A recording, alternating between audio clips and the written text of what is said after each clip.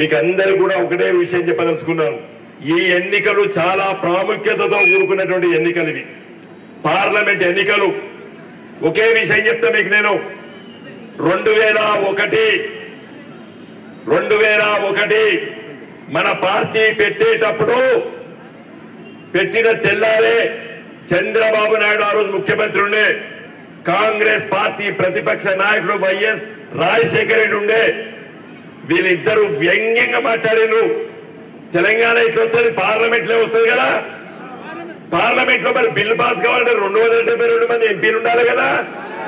మరి తెలంగాణ 16 ఉన్నాయి కదా, 16 గులాబీ జెండా కలిస్తే ఎట్లొస్తుంది తెలంగాణ అని అన్నాడు.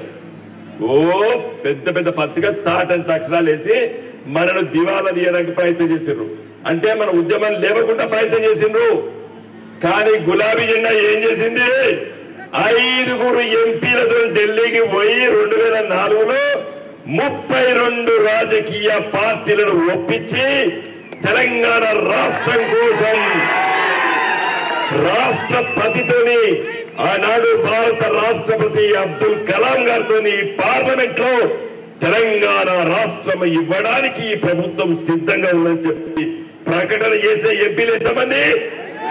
5 ఎంపీలతో మేడం. దాంట్లో నేను ఒక్కని. కాంగ్రెస్ పార్టీ సోనియా గాంధీని వ్యతిరేకించి ఆ రోజు మేమందరం కూడా బయటికి రావడం గల కారణం ఏంటంటే, వైఎస్ రాజశేఖర రెడ్డి చచ్చిపోయిన ఇప్పుడు ఏమనకూడదు, కానీ ఆయన అడ్డుపడ్డారు. మేము రాజీనామాలు చేస్తాం, బయటికి వచ్చినాం. తెలంగాణ ఉద్యమాన్ని మీ అందరి నాయకత్వాన నడిపినాము. 14 సంవత్సరాల తర్వాత తెలంగాణ రాష్ట్రాన్ని తెచ్చుకున్న తెలంగాణ వచ్చిన రోజు కాంగ్రెస్ ముఖ్యమంత్రి ఏమన్నాడు? కరెంటు తీగల పైన బట్టలారేసుకోవాలి, తెలంగాణలో కరెంటు ఉండాలన్నాడు. తెలంగాణ వచ్చినప్పుడు 7,778 మెగావాట్ల కరెంటు ఉత్పత్తి ఉండే తెలంగాణలో ఇలా ఇదే రేవంత్ రెడ్డికి 20,000 మెగావాట్ల ఉత్పత్తి కేంద్రాలు కట్టి అప్పచెప్పిన వాళ్ళకి, ఆ పొన్న ప్రభాకర్ కి, ఆ రేవంత్ రెడ్డి ఇద్దరు మంత్రులు. ఇలా కరెంట్ వస్తుందా? చక్కగా కరెంట్ వస్తుందా? ఎందుకు వస్తలేదు? 7,000 ఉత్పత్తి ఉన్నదాన్ని 20,000కు చేసి అప్పచెప్పిన వాళ్ళకి, కాంగ్రెస్ వాళ్ళకి. మార్పు అంటే మీరు కొంతమంది ఓట్లేస్తే వాళ్ళ అధికారంగా వచ్చిండ్రు. ఎందుకు వస్తలేదు కరెంటు? చాతగాక వస్తలేదు. ఎట్లా ఇచ్చినాం మనం? లేని కరెంటును పుట్టించినాం. మన బొగ్గు, మన బెల్లంపల్లిలో, మన మందమరిలో, మన మంచిర్యాలలో, మన గోదావరిలో, మన రామగుండంలో, మన భూపాలపల్లిలో, మన ఇల్లందులో, మన కొత్తగూడెంలో బొగ్గుతోని నీళ్లు గోదావరితో కరెంటు తయారైతుంది. 20,000 మెగావాట్లు కరెంటు ఉన్నది కదా, తెలంగాణ కరెంటు ఉన్నది. చాతగాక ఇవ్వలేకపోతున్నారు. నీళ్లు ఉన్నాయి.